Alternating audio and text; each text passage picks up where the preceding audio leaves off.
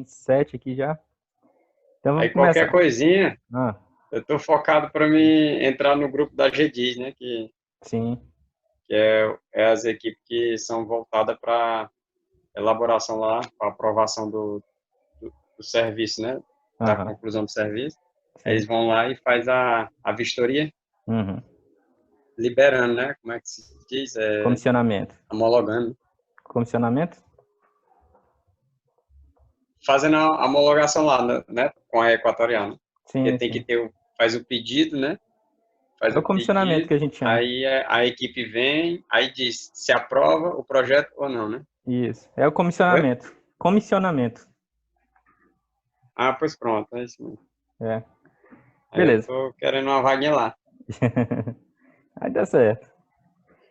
Então, pessoal, hoje, na aula passada, a gente aprendeu a dimensionar os condutores, né?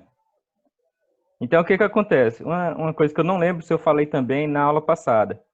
Aquele dimensionamento que a gente estava fazendo é para o condutor de fase, né? A gente vai ver que para o neutro e para o terra tem uma diferença, né? A gente vai dimensionar ele diferente, mas baseado no que a gente fez lá do condutor de fase, beleza? Então, o que que acontece? Todo circuito, apesar de a gente ter lá aquela tabelinha falando qual é a bitola para cada corrente a ser transportada, a gente vai ter as bitolas mínimas para cada tipo de circuito, beleza? Por exemplo, tem aqui a tabelinha, né? De novo, mais uma tabela. Então, o que que acontece? Se eu tenho circuitos que são de iluminação, né? Qual é a bitola mínima que eu vou precisar para esse circuito, né? Seria o quê? O cabo de 1,5, né, de cobre, ou 16 milímetros de alumínio, né? Circuito de força. O que que seria esse circuito de força? Está aqui no item 2, né? Seriam os motores, mas também, ó, os circuitos de tomada de corrente são considerados como circuito de força. Ou seja, as tomadas, eles vão entrar nessa classificação, né, como circuito de força. Então, a corrente mínima para circuito de tomada vai ser de 2,5, beleza? Tranquilo? Tranquilo. Pronto. Circuito de sinalização e circuito de controle, quando a gente está falando de automação, né, de acionamento de máquinas, a gente pode utilizar até cabos de 0,5 milímetros de cobre, certo? Aí tem uma observaçãozinha 3 aqui, ó. Circuito de sinalização e controle destinado a equipamento eletrônico é admitido uma seção mínima de 0,1 milímetros quadrados. Ou seja, seria um condutor de uma bitola bem menor, né? Bem pequena. Aí tem aqui condutores nus, que raramente a gente usa, né? Para circuito de força, 10 milímetros de cobre, 16 de alumínio. Circuito de sinalização e circuito de controle, 4 milímetros de cobre, né? E por aí vai. Linhas flexíveis com cabos isolados, né? Tem aqui a tabelinha. Aí o que que acontece? Geralmente, quando a gente calcula lá a potência de tomadas, né? A gente vai estar utilizando ali cabos de 2,5, né? Então o que que acontece? Se eu tenho 12 tomadas num circuito, né? 12 tomadas de 100 VA, volt amperes. Não se preocupe ainda com essa parte de dimensionamento de circuito, não, que a gente vai ter uma aula só para isso, quando a gente for falar de quadros, né? A gente vai fazer a divisão de circuitos, né? Então, o que que acontece? Se eu tiver 12 tomadas de 100 volt-amperes, qual vai ser a corrente desse circuito? Dá para fazer?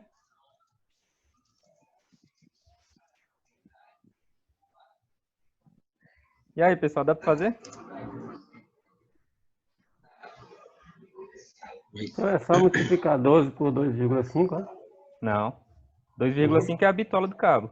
Pô, Tem que lembrar lá, ó. A21, né? Oi? Que é a quantidade de corrente que ele suporta, né? O cabo, né? Isso. Então, o que que acontece? Para eu calcular a corrente desse circuito, como é que a gente vai fazer? Vai pegar a potência, vai pegar a potência total das tomadas, não é isso? Dividido pela tensão. Lembra dessa fórmula lá da aula passada, né? que eu mostrei lá para vocês. A corrente vai ser o quê? A potência dividida pela tensão. Não é isso? Uhum. Beleza. Então, qual vai ser a potência para esse circuito? Vai ser 12 vezes 100, né? Sim. Ah, São sim. 12 tomadas de 100 voltamperes. E a tensão? Se a gente está falando de tomada monofásica, que eu nem botei aqui, mas a gente considera como monofásica, né, nesse caso, a tensão dela vai ser o quê? 220 volts. Não é isso? Uhum. Beleza. Então, qual vai ser a corrente desse circuito? 5,45. Beleza? Isso. Eu só multipliquei aqui, ó, 12 vezes 100 e dividi por 220.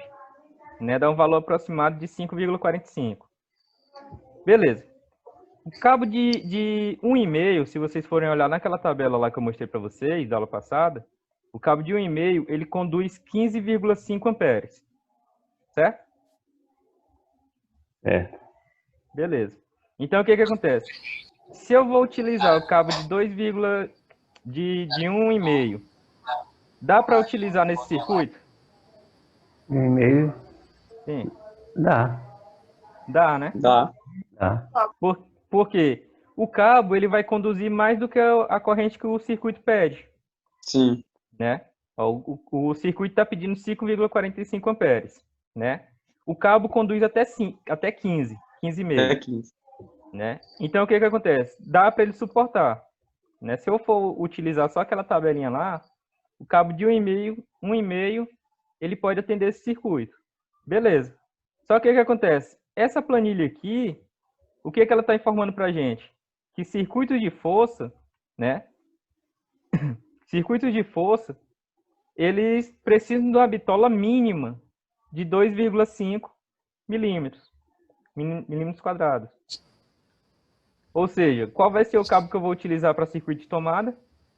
No mínimo, 2,5. o cabo de 2,5. Mesmo que o cabo de 1,5 ele suporte. Né?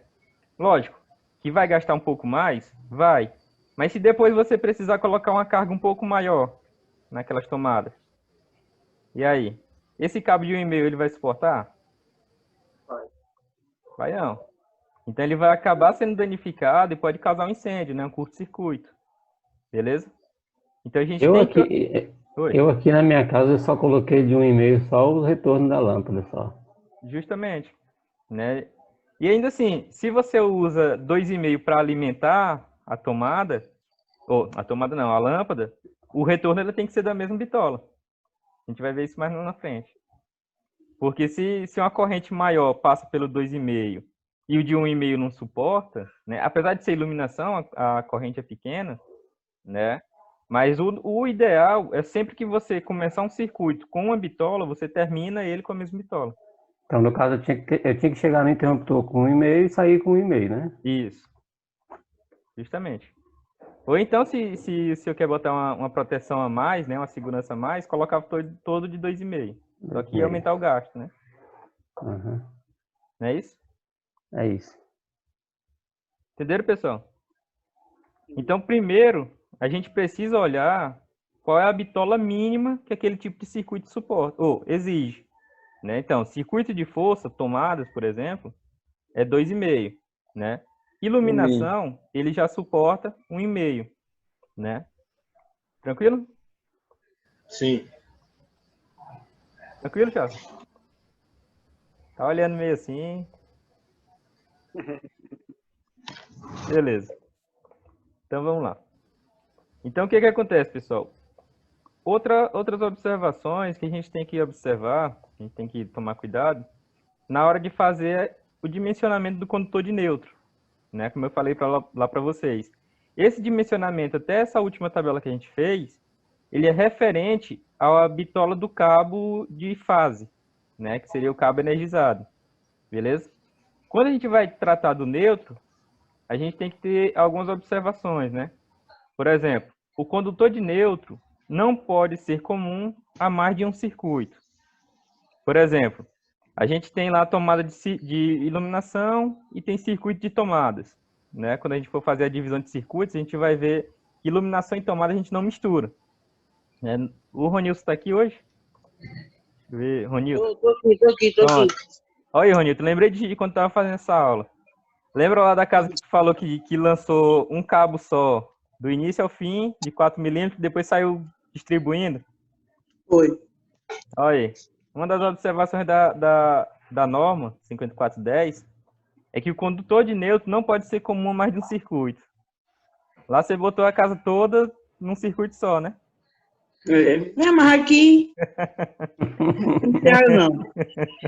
Depois quem quer gastar, Então, né? Mas o correto é você colocar um neutro para cada circuito, beleza?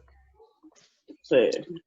Aí tem aqui, condutor de neutro em circuito monofásico deve ter a mesma bitola do condutor de fase. Aqui que entra aquela parte lá que eu falei para o seu Vicente agora há pouco, né? Que o retorno, como ele falou nas primeiras aulas lá, ele é uma extensão do fase, né? Então, o fase e o neutro, ele deve ter a mesma bitola quando a gente está falando de circuitos monofásicos. Beleza? Tranquilo? Então, se eu começo o circuito com uma bitola de 4 milímetros, eu vou terminar ele com a bitola de 4 milímetros. Se eu vou colocar lá de 2,5 para tomadas, por exemplo, eu tenho que terminar de 2,5. Acho que eu até falei nas primeiras aulas também, que a gente encontra muito aí nas instalações mais antigas, um circuito que começa com um cabo de 4 milímetros, quando você chega no meio do caminho, tá lá um cabo de 2,5, quando chega lá na tomada que você vai desconectar, tá lá o cabo de 1,5. Né? Então tá um monte de emenda aí, de cabo emendado. Né? O eletricista que vai lá só quer saber de tá funcionando. Enquanto estiver funcionando, tá bom. Na hora que estiver dando problema, aí que vai ter que descobrir onde é que tá o erro. É isso? É igual esse pessoal que trabalha com refrigeração. Que tem? Eles instalam a máquina deles lá no quarto lá do cliente. Aham. Aí só faz pegar a fase neutro da rede lá e a rocha. É. Não se preocupe se é iluminação, se é tomada. Não. Tem muito Bem disso lembrado. também. Bem lembrado, seu Vicente. Não, mas é. Eu já vi muito isso aí, já. Acontece. Eu já vi um caso de que o ar-condicionado só ligava quando a lâmpada estivesse ligada. Eu já vi isso também. Aqui, essa casa que eu tô morando hoje, tem uma das tomadas que ela só funcionava quando ligava a lâmpada. Olha aí. É a mesma situação. Acontece muito isso. Pessoal, nesse caso, uma tomada de ar-condicionado tem que vir direto mesmo Direto do quadro. Direto do quadro de distribuição. quadro. Isso. Né? Isso quando é feito o quadro já com distribuição de circuitos. Né? Quando é tipo essa ligação que o Ronilton fez, que você só tem um ramal central e faz a derivação, aí você tem que pegar a fase neutro dele. Entendeu? Ah, tá. Beleza. Aí, em circuitos trifásicos com neutro, né? Caso os condutores de fase tenham bitola maior que 25 milímetros, né? O condutor de neutro ele pode ser reduzido, né? Mas, professor, vai reduzir em quanto? Aí nós vamos para mais uma tabela. Repita aí, professor. Aqui, ó. Quando o circuito for trifásico, né?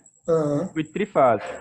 E caso o condutor de fase, na verdade, tenha uma bitola maior que 25 milímetros quadrados, o neutro ele pode ter uma bitola reduzida. Essa eu não sabia. Porque o que acontece? Quando a gente tem circuitos trifásicos, no neutro, normalmente a corrente é para ser zerada. Né? Essa parte é um pouco mais complicada, não daria para explicar numa aula só, que aí teria que ser na matéria também de eletrotécnica aplicada. Né? Que a soma das correntes da trifásica, elas se anulam. Ah, entendi, porque a corrente que passa em cada fase, ela não passa pelo neutro, né? Isso, justamente. Né? Mas em circuito que precisa do neutro, por exemplo, quando a gente tem comandos, né, comando de máquinas, principalmente, a gente tem essas situações que vai precisar também do neutro. Aí você citou um exemplo como, por exemplo, comando de máquina. Mas assim, em residência, o cliente tem uma residência e lá o sistema dele foi dimensionado para trifase. Eu posso usar essa mesma tabela para poder dimensionar o cabo do neutro? Para o equipamento trifásico, sim. Mas como é residência, geralmente os equipamentos são monofásicos. Então você vai utilizar o circuito do equipamento. Certo. Entendeu? Entendi. Beleza. Então o que acontece? Se a bitola for menor do que 25, né, a bitola da fase for menor do que 25, a gente vai estar utilizando a mesma bitola, né? Segue a mesma recomendação lá do circuito monofásico. Por exemplo, um cabo de 16 milímetros da fase, né? A gente dimensionou lá, precisa de 16 milímetros na fase. No neutro, a gente vai utilizar o mesmo 16, beleza? Cheguei no 25, um cabo de 25 na fase, o neutro ainda vai ser 25, beleza? Beleza. Precisei de um cabo de 35, né? Um circuito trifásico, que eu tenho neutro, mas a bitola da fase é de 35. O neutro já vai ser de quanto? De 25. 25. Né? Se for 50, continua 25. Aí o que acontece? Uma forma mais prática de entender, né? Até 25, a bitola é igual, né? Fase e neutro são iguais. 35 é 25, é uma bitola abaixo. Dos 50 para frente, a gente vai utilizar aproximadamente a metade da bitola. Por exemplo, eu tenho lá um cabo de 50 milímetros na fase, né? O neutro aqui, ó, se vocês observarem, é metade, né? Metade de 50, 25. Isso. Preciso de um cabo de 70 na fase. A metade dele, 35.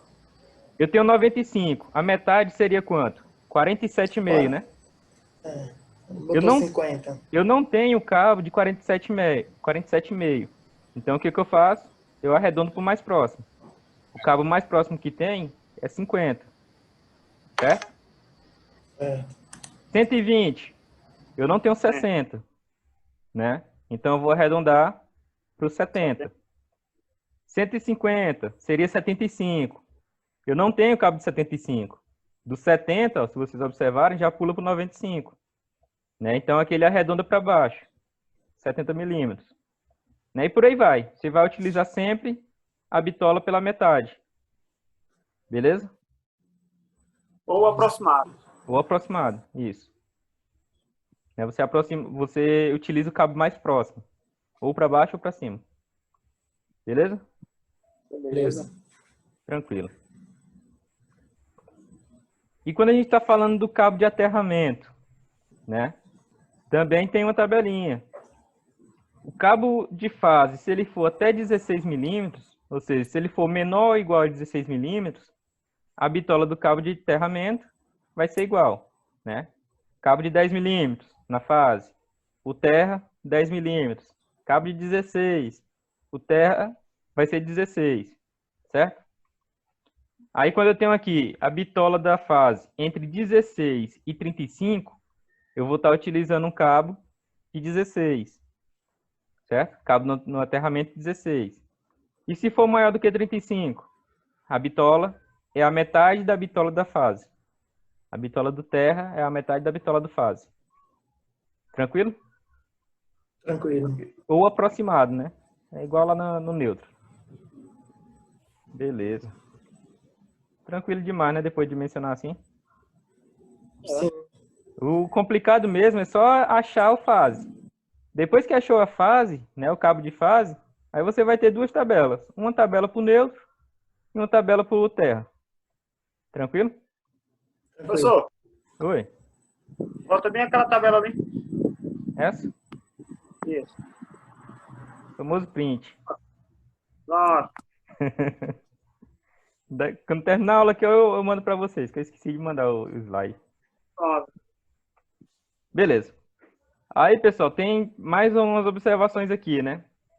Quando esse condutor de terra ele for lançado no mesmo eletroduto que o condutor de fase, nós vamos ter essas observações, né?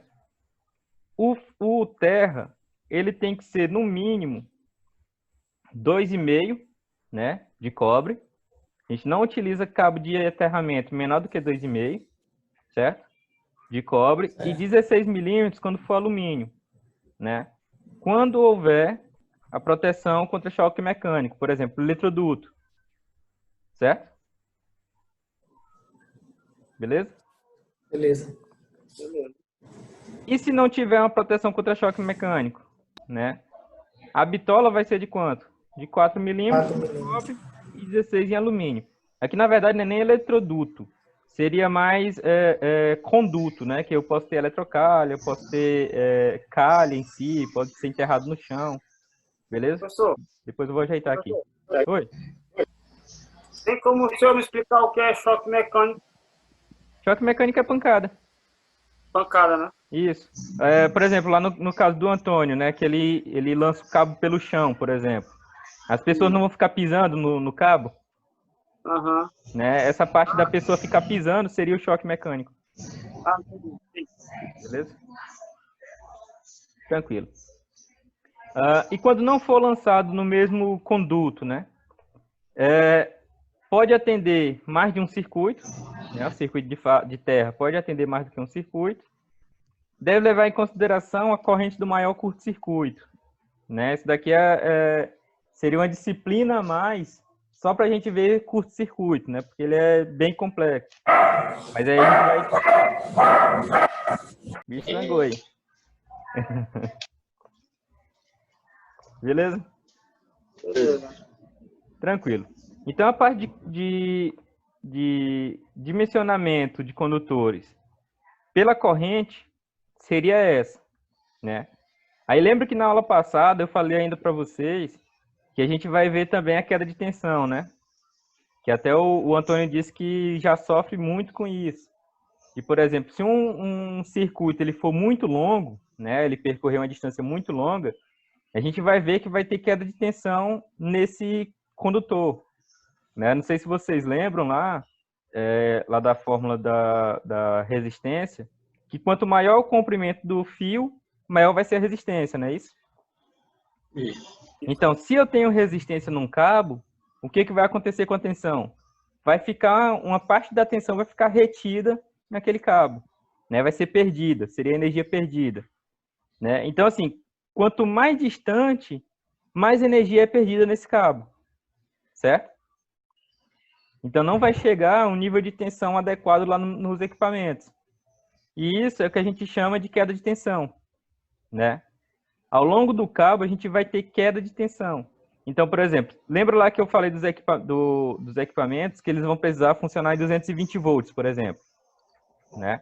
Então, o que acontece? Se eu tenho queda de tensão no cabo, quanto maior a distância, a tensão que vai chegar lá no equipamento vai ser menor, né? Então, se ele precisa de 220 para funcionar e está chegando, por exemplo, 190, ele vai estar funcionando normal? Não. Vai não, né? Muitas vezes nem vai funcionar, né? Nem vai ligar, se ele tiver uma proteção. Então, o que acontece? A gente precisa dimensionar o cabo também prevendo isso. Para circuitos curtos, 10 metros, 15 metros, a gente não vai ter esse problema. Mas quando a gente está começando a trabalhar... Quando a gente está... Só um momento. Quando a gente está começando a trabalhar com circuitos maiores, indústrias, prédios, né? Por exemplo, esses prédios muito altos, né? Que a gente vai precisar lançar um circuito muito maior, a gente já vai ter que começar a se preocupar com essa queda de tensão. Oi, alguém ia falar? Eu. Fala aí, João. Qual é a variação para menos para a tensão de 220? Como é? Se eu tenho um aparelho de 220, entendeu? Uhum. E a minha tensão está chegando com 190, você disse que não funciona. Se funciona, funciona. Mas existe alguma variação de 10 para mais, para menos? Existe. Eu vou mostrar aqui para vocês. Ah, tá. Vou mostrar mais para frente. Eu medi a minha aqui, ela sempre varia entre 214 e 216. Que é para ser 220, né? Isso, ela fica nessa faixa aí. Ele já dá uma variaçãozinha. Inclusive, pessoal, se vocês, agora como vocês vão conseguir já entender um pouco mais disso daqui, o que acontece? Nível de tensão, se a tensão estiver muito elevada, ela pode danificar o equipamento, certo? Se você está botando a tensão maior do que o equipamento suporta, esse equipamento pode ser danificado. Mas o que acontece? Se a tensão também estiver menor, ele também vai danificar o equipamento. Eu vou mostrar para vocês. Então, assim, acontece muito de acontecer uma variação de tensão, né, numa instalação e queimar um equipamento, né? que a pessoa pode fazer? A pessoa pode fazer um laudo, vocês como eletrotécnicos, né, já vão conseguir, quando terminar de fazer o curso, pode fazer o laudo e entrar com um processo na concessionária, né, um processo administrativo. Aí o que acontece? Eles vão fazer uma medição na casa de vocês, e se eles perceberem que realmente a tensão estiver menor do que o adequado, né, eles têm o dever de ressarcir vocês, né, tem que devolver o valor equivalente do equipamento que foi queimado. Diga lá, velho. Tá. Aqui para a linha do áudio profissional, a maioria dos equipamentos eles já estão vindo com a margem de segurança. Sim. Tanto para mais quanto para menos. Por exemplo, eu tenho um amplificador de áudio aqui que ele suporta até 260 volts. Tensão. E ele trabalha em 180 volts. Ou seja, ele tem uma margem de segurança tanto para mais quanto para menos. Sim. Lembra que eu falei em uma das aulas, lá para o início do curso aqui, que quando eu era pequeno eu estourei um som do meu pai, né? Que eu botei lá em 110 e botei para ligar e o som estourou, né? O que acontece? Os equipamentos mais novos, né? Esses mais modernos, mais atualizados, hoje em dia eles já atendem, eles já conseguem funcionar com a tensão de 110 a 240 volts, né? De 105, eu acho. 105. Oi? É bivolt. Isso, justamente. São os equipamentos bivolt. Né? Então, tem o que acontece? São de 90, né, professor? Eu não lembro bem qual é o valor mínimo que ele aceita lá. Mas eu sei que o máximo é 240, né? Justamente. Depende do fabricante. Por exemplo, tem fontes de carregador de notebook, a maioria deles são de 90 a 240 volts. Isso. Deixa eu dar uma olhada aqui. Por exemplo, o meu é de 100 volts a 240. Né? Então, ele aceita uma variação um pouco maior. Né? Mas já os equipamentos mais antigos, não. Eles só tinham uma tensão. Né? Uma tensão de funcionamento. Eu tenho um aqui... Tem um aqui que ele é de 100 a 240 e o outro é de 100 a 240 também. Geralmente é de 100 a 240. Né? Então, ele já aceita uma variação de tensão um pouco maior, né? Ele já tem um circuito de proteção nele, né? Que ele vai aceitar essas duas tensões. Então, o que acontece? Todo condutor, né? Todo material elétrico, ele possui uma resistência, né? Que a gente chama de resistência elétrica. Né? Só fazendo uma revisãozinha rápida aqui. Então, o que acontece? Se o equipamento tem resistência, quando passa uma corrente por ele, vai ficar um pouco da tensão vai ficar em cima desse condutor, certo? Vai ser perdida em cima desse condutor. Então, parte da tensão aplicada a esse condutor é perdida durante a condução de corrente. Beleza? Aí vem lá daquela fórmula, né? Da resistividade, da resistência. Então, a resistência vai ser o quê? A resistividade vezes o comprimento do circuito dividido pela área do condutor. Não é isso? Então, se eu aumento o comprimento desse circuito, né, se eu aumento o L aqui, o que vai acontecer? A resistência vai aumentar, certo? Se eu aumento a resistência aqui, eu tendo a corrente passando pelo circuito, a tensão que vai ficar retida nesse cabo, né, a tensão que vai ser perdida, também vai aumentar. Não é isso? Então, ó, se eu aumento o comprimento do circuito, eu vou estar aumentando a resistência. E se eu aumentar a resistência, eu vou aumentar a tensão que está sendo retida no cabo. Beleza? Então, ó, quanto maior a distância, menor vai ser a tensão entregue à carga. Então, por exemplo, eu posso fazer uma medição aqui no meu quadro e deu lá 220 volts, né? Mas eu tenho um circuito muito longo. A tensão que vai chegar lá na carga vai ser menor, né? Não vai chegar aos 220 que está aqui no quadro. Beleza? Então, a gente vai ter que dimensionar esse circuito com uma bitola um pouco maior. E é justamente isso que a gente vai ver na próxima aula, porque já chegou a notificação aqui. Beleza? Ainda que tá ficando bom. Aí vai dar certo. Valeu, pessoal. Já a gente volta. Beleza.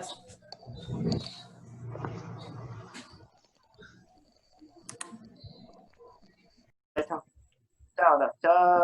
Então vamos lá, pessoal. Como eu falei na parte 1, né? quanto maior o comprimento desse circuito, né, maior vai ser a resistência, né? Quanto maior a resistência, maior vai ser a perda de tensão no circuito, certo? Então, a tensão que vai chegar lá na carga vai ser menor do que o equipamento realmente necessita. Beleza. Então, o que acontece? A Agência Nacional de Energia Elétrica, que é a ANEEL, né? Ela define exatamente os limites, acho que foi o Jasler que perguntou, os limites de tensão a serem entregues pela concessionária aos clientes, né? Certo? Então, o que acontece? Tais valores são dados no normativo de procedimento de distribuição de energia elétrica do Sistema Elétrico Nacional, né? Que é chamado PRODIST, né? Então, o que acontece? Ela dá, né, essa norma, ela dá aqui os níveis de tensão que são considerados como adequado, precário e crítico, certo? Aqui eu separei só a tabela de até um kV, né, até 1000 volts, de 380 e 220 volts, que é o que a gente utiliza aqui em Teresina, certo? Na rede que é atendida pela Chesf. Então, o que acontece? Para a tensão estar adequada, né, quando eu estou falando de circuito trifásico, essa tensão tem que estar entre 350 e 399 volts, né, trifásica. Lembra lá que a tensão adequada, a tensão nominal, é de quanto? 380, não é isso? Isso. Então, de 350 até 399, ela é considerada ainda como adequada. Tranquilo? Quando o circuito é monofásico, eu tenho lá de 202 até 231, certo? Para ser considerada adequada. Então, no caso lá do seu Vicente, que disse que estava dando 214, não é isso, seu Vicente? Isso. Ó, então ela ainda está dentro do limite, né? Que é 202. Tranquilo? Tranquilo. Pronto. Então ela ainda está dentro do limite de adequado. Para ser precária, a trifásica de 331 a 350, ou seja, ela já está com uma certa defasagem, né? Ela já está com um nível de tensão inadequado, né? Quando eu estou falando de trifásico, ou se for maior que 399 e menor do que 403, isso na trifásica, certo? Na monofásica, entre 191 e 202, ou entre 231 e 233. E para ser crítica, né, a partir da precária, você já pode entrar com a reclamação na ANEEL ou na concessionária, certo?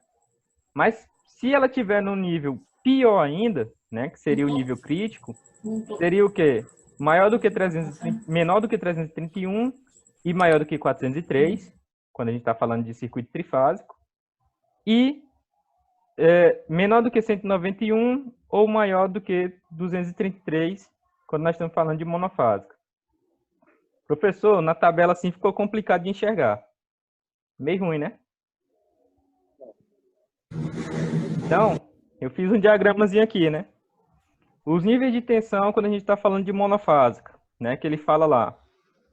Para a tensão estar adequada, ela está onde? Entre 202 e 231. 202 e 231. Tranquilo? Então, se a tensão estiver entre esses dois valores, está adequado. Se tiver lá maior do que 191 e menor do que 202, ela já vai estar no nível de precário. Ou maior que 231 e menor do que 233. Certo? Qualquer valor abaixo de 191 ou acima de 233, ela já vai ser crítica, né? Ou seja, é muito provável de que o equipamento seja queimado, seja danificado, se ele tiver menor do que 191 e maior do que 233. Tranquilo? Tranquilo. Isso nós estamos falando de monofásico, que a tensão nominal é 220, certo? Ficou mais fácil de enxergar agora? Uhum. Bem melhor, mais fácil, né? Porque quando bota em tabela, é mais chato, de você, mais complicado, né? Você tem que ver nível por nível ali, fica mais complicado de ver, né? Aí as quedas de tensões, né? Que o Jasler até perguntou se tem alguma porcentagem, né? Se tiver 92% de 220, é o 202, né? 87% do 220 é o 191, 105% de 220 é o 231 e 106% é o 233. Tranquilo? Tranquilo.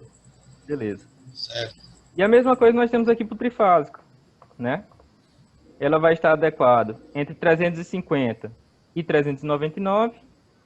Vai estar precário entre 331 e 350 e entre 399 e 403, né? E crítica se for menor do que 331 e ou maior do que 403. Beleza? Que é a mesma porcentagem. Se vocês calcularem, vai dar valor bem aproximado disso daqui. Beleza? Beleza. Certo. Tranquilo. Aí, eu botei aqui só mais como observação, né? No caso, quando é lá na região sudeste, né? Que é de 220, trifásico, e 127, o monofásico, né? Vai que alguém vai trabalhar para lá, tem também aqui a tabelinha, beleza? E segue a mesma lógica, né? Eu coloquei aqui, ó. Ela é precária se tiver entre 110 e 117, né? Outra 133 e 135, tá precária. O adequado é entre 117 e 133, né? E por aí vai. Beleza? Beleza. Olha o print, olha o print. Precisa do outro lá? Professor, eu preciso que dê uma travadazinha aqui, Professor, eu nem acompanhei. Peraí, professor. Peraí. Professor, você não botou isso aí não, né? Lá no assunto para nós no grupo? Botei não, cara, esqueci. Tá até falando pro pessoal no início da aula que esse final da semana foi complicado para mim. Vou dar uma tirada aqui. Tranquilo. Mas daqui a pouco eu mando para vocês Você pode também. botar o outro aí, o outro. Ele vai mandar. Quando acabar a aula eu já mando o PDF também para vocês. Certo. Melhor ainda. Mas, enquanto isso, Para garantir, né? Beleza. Então, o que acontece? Em qualquer ponto de utilização da instalação elétrica, né, a queda de tensão não deve ser maior do que os seguintes valores, né? Aquilo lá é a tensão de fornecimento, certo? Então, a concessionária tem que entregar aquele nível de tensão para o cliente. Mas dentro da instalação, como é que funciona essas quedas de tensão, né? A queda de tensão tem que ser no máximo de 7% do terminal do transformador da unidade consumidora quando ele for atendido em média tensão, ou seja, do transformador até a última carga, né, a carga mais distante, que é o que a gente considera, a queda de tensão máxima tem que ser de 7%, certo? A gente vai aprender a calcular isso daqui também. Uma observação, pessoal, eu botei aqui entre parênteses, trafo, né? É como a gente chama transformador na prática, né? Para não falar sempre transformador, sempre que vocês ouvirem falar trafo, é o transformador, beleza? Beleza. Coisa do dia a dia que a gente vai pegando também. 7% a partir dos terminais do transformador da concessionária, quando a unidade consumidora for atendida em baixa tensão. Ou seja, se o cliente tem transformador, né, transformador próprio dele, que ele instalou, você vai medir esse 7% a partir dos terminais de saída do transformador dele, né? Quando é uma casa, uma coisinha pequena, né, uma instalação pequena que é atendida em baixa tensão, esse 7% ele é contado a partir do transformador da concessionária. Beleza? Beleza. Tranquilo. Então, como é que é essa divisão, né? Esses aqui são os valores que a gente considera como prático, né, que a gente utiliza no dia a dia. Ou seja, da subestação até a última carga, né, até o equipamento mais distante lá na instalação elétrica, se você pegar o somatório aqui, ó, 3%, mais 2%, mais 2%, vai dar os 7%. Beleza? Mas Então, isso aí é uma perda de percurso. oi? essa porcentagem é uma perca de percurso, é? Isso. Esse 3%, 2%. Isso, justamente. Então, o que acontece? Na prática, como é que a gente divide esses 7%, né? O máximo é 7%. E como é que a gente vai dividir isso? Da subestação até o quadro geral da instalação, a gente considera como 3%, certo? Do quadro geral até um quadro terminal, que seria um quadro menor, né? Quando a gente for fazer a divisão de circuitos, a gente vai ver que a gente vai dividir esses circuitos em vários quadros, né? Então, do quadro geral até o quadro terminal, até um outro quadro interno lá, né? Se o Neto tivesse aqui, ele até dava para dar um exemplo para a gente lá da loja, como é que eles fazem lá no supermercado, né? Então, desse quadro geral até o quadro terminal, que seria um quadro secundário, a gente considera 2%. E desse quadro até a última carga, a gente considera ali de 2%. Professor, e numa casa que tem uma instalação já menor, que não vai ter mais de um quadro, né? Mais de um quadro de distribuição, como é que a gente vai considerar? A gente considera 3% da subestação da concessionária até o quadro de energia do cliente, né? 3%. E do quadro de energia do cliente até a última carga, a gente coloca o restante, os 4%. Beleza? Beleza. Tranquilo. Alguma dúvida? Não. Só na prova, né? Beleza. Sempre. Então, o que acontece? Em qualquer ponto é a mesma coisa, né? Em qualquer ponto ponto de utilização da instalação, que a detenção não deve ser superior aos seguintes valores. 5% a partir do ponto de entrega da concessionária. Na verdade, não é nem 5, isso aqui era para ser 4. Porque o que acontece? Quando a gente tem ligação em baixa tensão, né, dentro da instalação, a gente precisa ter só 4%. A gente só pode ter 4% de queda de tensão. Por quê? 3% já é da subestação, né, até o quadro geral. Ali está errado, eu vou corrigir no slide. Né, isso aqui é 4%. Ou seja, após o medidor, a gente pode ter uma queda aí de 4%. Certo? Então, quer dizer que antes de chegar no nosso medidor, a gente já tem essa perda de 3% já, né? Isso. Até 3%. Até, né? Isso, até 3%. É pode ser perda menos, normal, né? Oi? É a perca normal, né? No caso.